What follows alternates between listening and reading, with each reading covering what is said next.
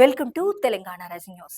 పేదల వైద్యం కోసం 4,500 కోట్లు, ఈ 27 నెలల్లో ఆరోగ్యశ్రీ కింద 2,408 కోట్లు, అలాగే సీఎంఆర్ఎఫ్ కింద 2,046 కోట్ల రూపాయలు ఖర్చు చేశామంటూ తెలిపారు సీఎం రేవంత్ రెడ్డి గారు. సూపర్ స్పెషాలిటీ హాస్పిటల్స్ తో 10,000 బెడ్స్ అందుబాటులోకి తెస్తాం, 1.15 కుటుంబాలకు జీవిత బీమాను అందిస్తాం, వైద్య విద్యార్థుల క్లినికల్ అనుభవం కోసం ప్రభుత్వ మెడికల్ కాలేజీలకు ఆరోగ్యశ్రీ సేవలంటూ సీఎం రేవంత్ రెడ్డి గారు పేర్కొన్నారు. సర్జరీలు చేసే ప్రభుత్వ డాక్టర్స్ కు ఇన్సెంటివ్స్, పేదల విద్యా వైద్యం నిధులకు ఎప్పుడు రాజీ పడబోమంటూ వెల్లడించారు సీఎం రేవంత్ రెడ్డి గారు. ఇక్కడ మరొక ముఖ్యమైన అంశం చూస్తున్నాం.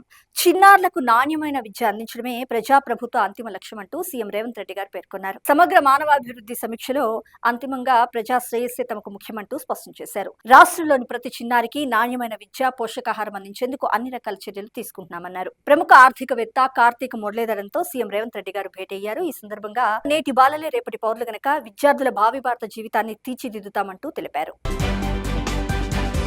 ఇక్కడ మరొక ముఖ్యమైన అంశం చూస్తున్నాం.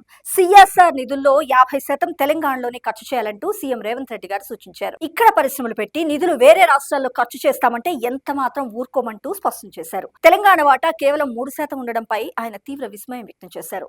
కార్పొరేట్ నిధుల సమీకరణకు ప్రత్యేక పాలసీని రూపొందించాలని అధికారులకు స్పష్టమైన దిశానిర్దేశం చేశారు సీఎం రేవంత్ రెడ్డి గారు. రాష్ట్రంలో పరిశ్రమలు స్థాపించి ఇక్కడి వనరులను వాడుకుంటున్న కార్పొరేట్ సంస్థలు తమ కార్పొరేట్ సోషల్ రెస్పాన్సిబిలిటీ నిధులను ఇతర రాష్ట్రాల్లో ఖర్చు చేయడంపై తీవ్ర అసహనం వ్యక్తం చేశారు సీఎం రేవంత్ రెడ్డి గారు. ఇతర రాష్ట్రాల్లో ఖర్చు చేస్తే ఎంత మాత్రం ఊరుకోమంటూ పేర్కొన్నారు. ఇక్కడ మరొక ముఖ్యమైన అంశం చూస్తున్నాం. శ్రీరామనవమికి భద్రాద్రి అంగరంగ వైభవంగా ముస్తాబైంది. నేడు శ్రీ సీతారాముల వారి కళ్యాణోత్సవానికి పట్టు వస్త్రాలు, ముత్యాల తరంబరాలు సమర్పించనున్నారు సీఎం రేవంత్ రెడ్డి గారు. 14 మంది సభ్యులతో ఉత్సవ కమిటీని ప్రకటించింది ప్రభుత్వం. 351 కోట్లతో ఈ రోజు అభివృద్ధి పనులకు శంకుస్థాపన చేయనున్నారు సీఎం రేవంత్ రెడ్డి గారు. ఇక్కడ మరొక ముఖ్యమైన అంశం చూస్తున్నాం. దావోస్ పర్యటనలో 2.19 లక్షల కోట్ల పెట్టుబడులను తీసుకొచ్చామంటూ రాష్ట్ర ఐటీ పరిశ్రమల శాఖ మంత్రి దుద్దిళ్ల శ్రీధర్ బాబు గారు వెల్లడించారు. ఈ సందర్భంగా 68,150 మందికి ప్రత్యక్షంగా ఉద్యోగ అవకాశాలు కల్పించనున్నట్లు వెల్లడించారు. దావోస్ పర్యటనలో భాగంగా మొత్తం 44 MOUలను ప్రభుత్వం కుదుర్చుకున్నట్లు శాసనసభ ప్రశ్నోత్తరాల సమయంలో వివరించారు. ఇక్కడ మరొక ముఖ్యమైన అంశం చూస్తున్నాం.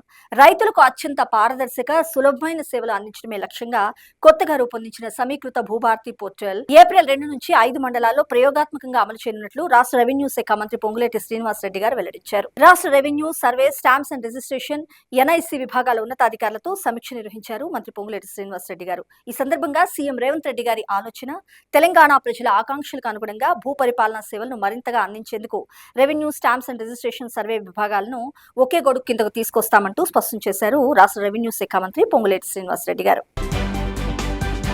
ఇక్కడ మరొక ముఖ్యమైన అంశం చూస్తున్నాం.